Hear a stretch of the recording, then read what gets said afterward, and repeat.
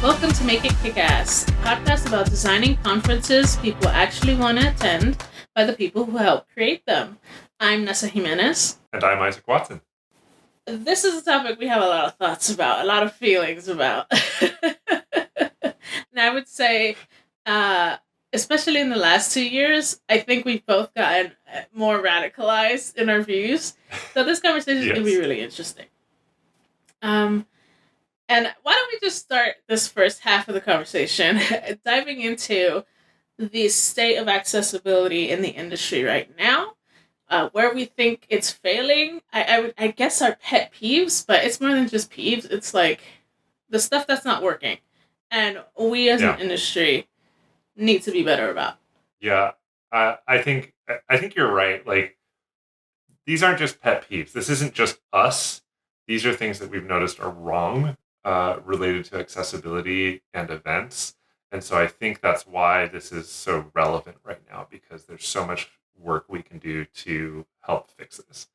So I think back a couple of years to a talk I heard by Liz Jackson at a conference. And she's a disability advocate and a design strategist. And she talks about disability dongles. And what she means by that is that there's a lot of like innovation and solutions and people thinking about how to fix accessibility issues that aren't actually issues. And so the classic example that she shared that has kind of gone around is this like mind-blowing device that was created by a bunch of design students. It's a motorized wheelchair and it climbs stairs. And so you don't need ramps anymore. And it's this, it has fancy motors and everything to like help the wheelchair user actually climb a flight of stairs without having to get out of the chair and without having to use a ramp, which in the abstract may seem great, but the reason it's a dongle is because it's a solution to a highly specific problem that isn't actually the problem. The problem is not how does a motorized wheelchair user get upstairs. The problem is why are there not more ramps and elevators in public spaces where mobility device users need to gain access. And so what that solution does is fail to solve for people who can't afford a motorized chair, people who have a temporary disability, people who walk with a cane or have a stroller, or any number of other situations where a fancy motorized wheelchair that can climb stairs doesn't fix their problem. And so that innovation would be better served doing other things that offer more accessibility to more people. So with this concept of disability dongles in mind, why don't we talk a little bit about what accessibility actually is? What should it actually mean to us as we create events? Yeah, I think for me, accessibility is about access. And it's not just about the Americans with Disabilities Act. It's not just about, can people who are deaf or hard of hearing understand what's being said? It's about access, and that access comes across in various ways. It's access in pricing and affordability. It's access in the time required for someone to attend an event, whether that's virtual or in person. It's about their ease and ability to make an effort to participate and to engage, and that takes shape through introversion and extroversion, through social discomfort, through neurodivergence. Like, there's so many different ways that we can talk about accessibility across an entire, for lack of a better word, spectrum of people, of abilities, of modalities, of economic position. Like, it is so deep and so rich, and there's so much more that can be done. And the truth of the matter is, event organizers and producers just aren't thinking about this. And that needs to stop, because the longer we go without changing some of these things, the longer we go without having plans in place and devising ways to provide better access to more people, the more we're going to shoot ourselves in the foot in the process. Yeah, I agree. And the definition of access and the definition of accessibility right now are so limited and so not creative that that's part of the problem. Looking at the last year, where suddenly everything's going virtual and it's opening up a lot of eyes and a lot of doors to accessibility. But in the process, I think we've drawn a lot of shorthand. And so accessibility has become this this shortcut term for merely adding captioning to videos, for example. And it becomes like a self-congratulatory pat on the back. Oh yeah, there's captioning. Captioning is available. We're accessible. Captioning is good. Don't get me wrong. Captioning also has a lot of issues in quality, in technical complexity, and things like that. Also, captioning is not enough. Captioning is not the only way that your event can be accessible.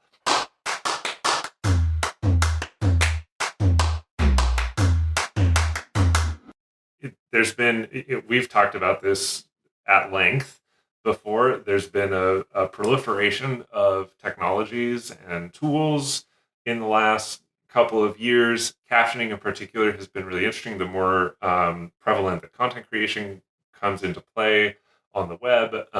So you have a lot of artificial intelligence providing captioning tools, auto transcription services, and you're seeing things like, Zoom now has built-in auto captioning, which is great, but it's AI based, right? So what's the value between human captioning and AI? How well can an artificial intelligence detect different accents or dialects, or for non-native English speakers, how thick is their accent, and how does that come through from an AI standpoint? While captioning has become this kind of broader, prevalent part of live streams and live events and virtual events, there is still a very broad spectrum of quality, and it's all over the map. I mean, I've seen hard-coded captions in videos that cover up slide text, and so you can't read either. And like that's not helpful. That's just confusing. So how does that help your accessibility? And let's be honest, AI captioning is so popular because it's just way cheaper. It's the cheapest option. So of course that's the one that has picked up speed, right? But it's not great. And forget about heavy accents. Like, I'm someone that has the eternal like stuffy nose sound, and AI is awful at understanding the things that I say. But I think what this brings up is that, like you mentioned, cost, right? Cost is a major influence, and I think what this alludes to is a broader issue where, from an accessibility standpoint, capitalism disincentivizes the effort and the expenses mandated by accessibility, right? So, like, if there are, say you're going to have an event of 1,000 people, and say you're collecting great registration data, and that you have 2 or 3 attendees who are deaf or hard of hearing or could otherwise benefit from captions. Event organizers then start to look at the bottom line and say, well, is human transcription, is a more expensive captioning service worth it? Or can I get away with a cheaper AI version of captioning? And then you're starting to calculate your decision based on money. And so that plays it. Well, I'm sorry, but even if you only have 2 or 3 people who have a direct benefit from a particular accessibility service, that's valuable. And I think that that's that's one of the problems that we need to address, is that these types of services need to become standardized and planned for in advance, rather than being kind of reactionary. Let's check a box, or let's fill a need with a free tool or a cheap tool or something like that, because it's better than nothing. Now that we've aired our grievances, it feels good, right? We're going to take a short break, and we will be right back, and we'll talk a little bit more about our sort of accessibility journey and how we've both learned a lot and how we got to our thinking today.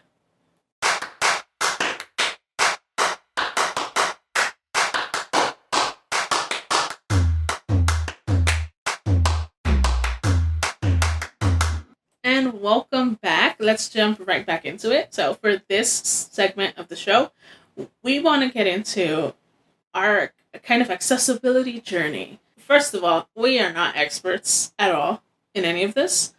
And we have definitely made mistakes along the way. So it would be very hypocritical for us to sit here and be like, oh yeah, we're the best. We're so good at access, right?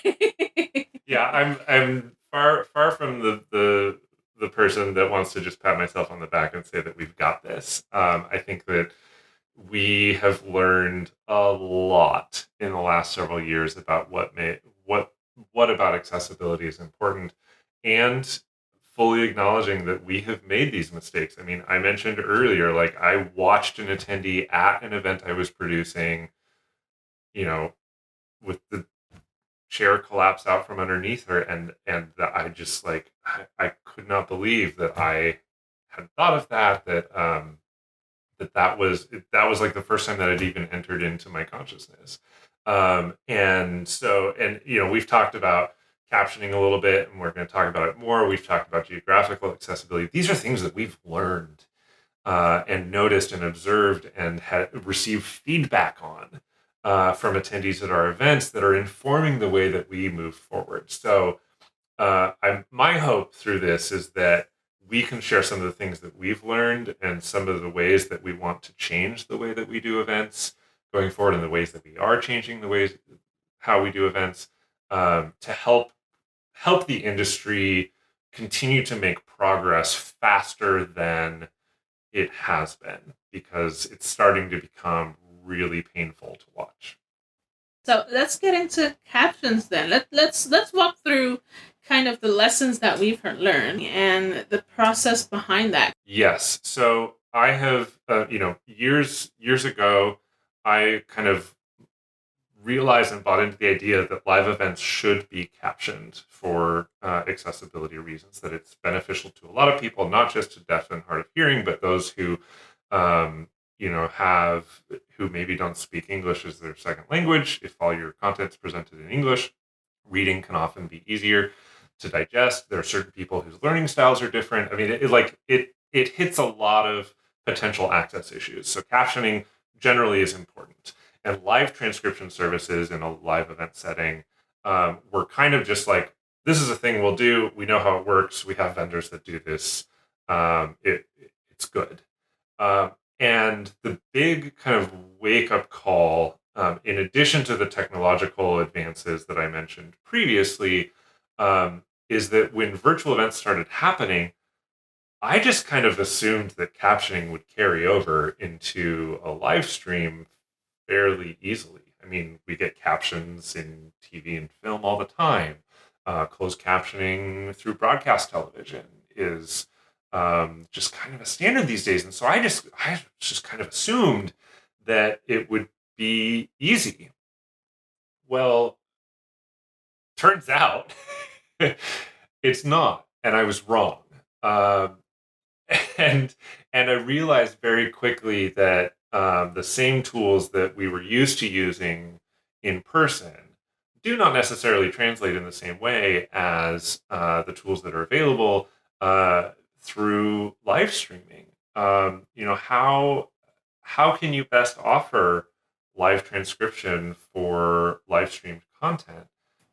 In regards to the technology, that was a big lesson for me of how many platforms have different ways of integrating different things, and how there's so many ways it could go wrong, and there's so many ways that they just don't play well with other tools that you assume they would, and they just don't. So there is this process where you need to do a little bit more research of, okay, I want to use this platform, but how does this platform handle captioning? What can it do? What can't it do? And I hope that this will become standardized. I really do. Yes. That platforms will come around and they'll stop locking captioning behind enterprise tiers, and that they'll stop. You know, I remember you asking one platform if certain accessibility features were on their roadmap, and they were like, eh. Yeah, You know, they're like, no. Like, I've had people straight up say no. People just kind of not answer the question because it's not a priority for them, but they don't want to admit it because they know that it looks bad. Yes, and this goes back to the incentivizing issue, the anti-incentive that capitalism brings into it, right? Does it affect their bottom line? Well, not enough for them to prioritize it, and that's really disappointing. But I think if I can kind of sum up the captioning thing, I think that there was a big learning curve between what we were used to doing in an in-person setting and what's possible or challenging or technically complicated or expensive about captioning live streams. And so, we've now developed standards on what is our target for good captioning. How can we provide this through these particular platforms? We know what we need to ask of any platform that we're going to approach for hosting the event, right? We know which live streaming tools we are willing to use based on the features available to us. So creating those kind of, it's policy, it's standards, it's kind of baseline expectations, and understanding what requirements we have and that we prioritize for the events we produce so that all of our clients can benefit from that. That's the key for me.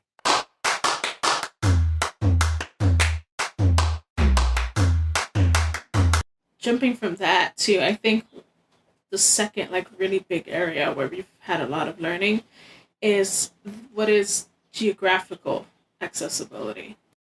Yeah. So again, we talked about this in the first segment a little bit in identifying some of the problems. And we've been through this.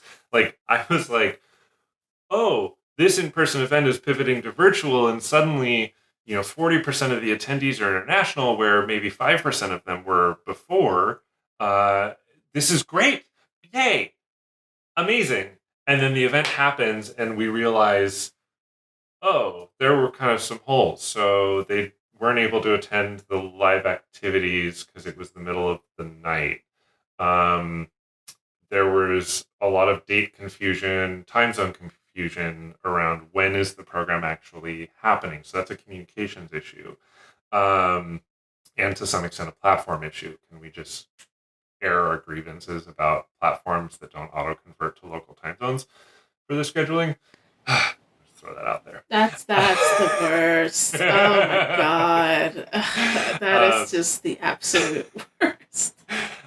We talk about or what some of the other things we realized were networking opportunities are really hard for people to join, especially if you're scheduling like pre-event networking, making sure you're paying attention to like where are your attendees coming from? Do you know? Are you collecting that data, or are you just guessing based on email addresses or something? Like having better data is going to give you better information to make decisions on. Even pricing, economically, it's very different from a developer working in, I don't know, Lithuania to attend a tech event financially than it is for somebody working in the Bay Area in Silicon Valley, where the economics around employment are very different. And so how do you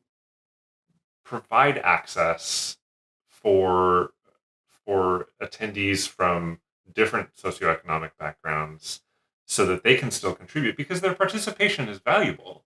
In terms of what we've learned about geographical accessibility, the big question is this actually valuable to people all around the world? You have to sit down and go, okay, we designed this content with who in mind? Did we really design this content for people that are from a completely different culture that we don't know about? And if so, if we do intend those people to participate, how do we make sure that what we've created is inclusive of them, and how do we market in a way that it's clear to them that this is for them? They are included in our group as well. Exactly.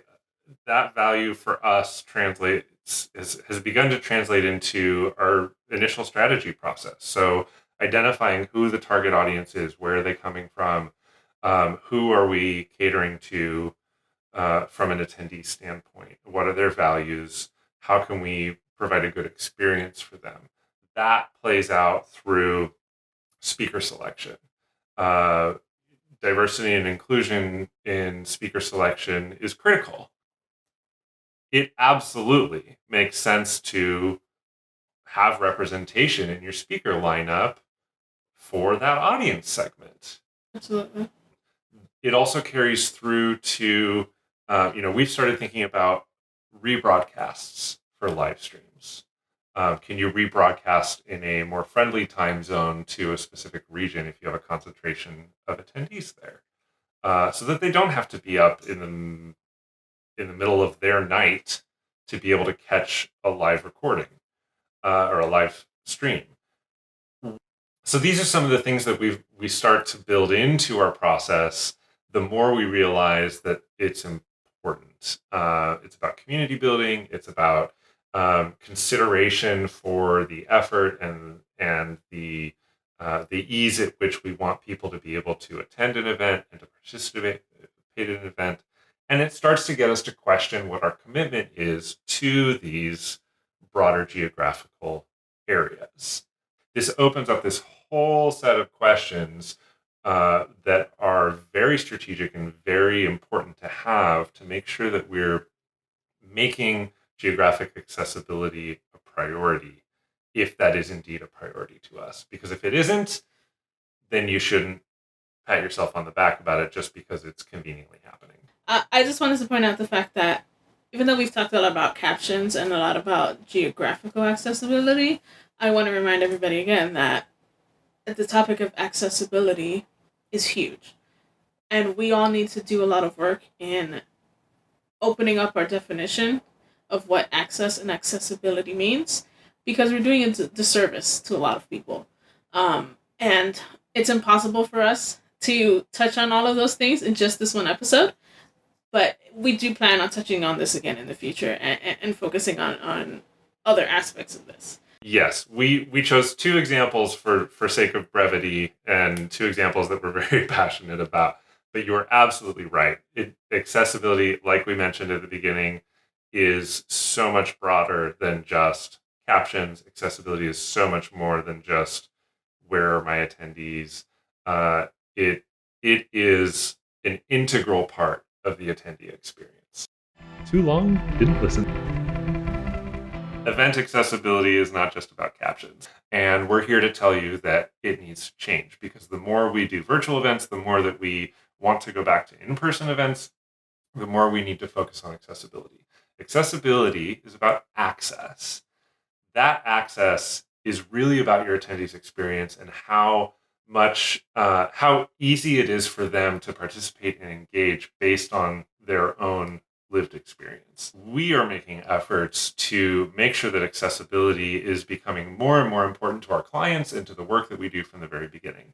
We have identified some ways that we do that through captioning and the tools and the techniques and the processes that are involved with that. We've talked about geographic accessibility and some of the policies and standards around representation and convenience and things like that we're doing. We have to build accessibility into the event planning and production process from the very beginning.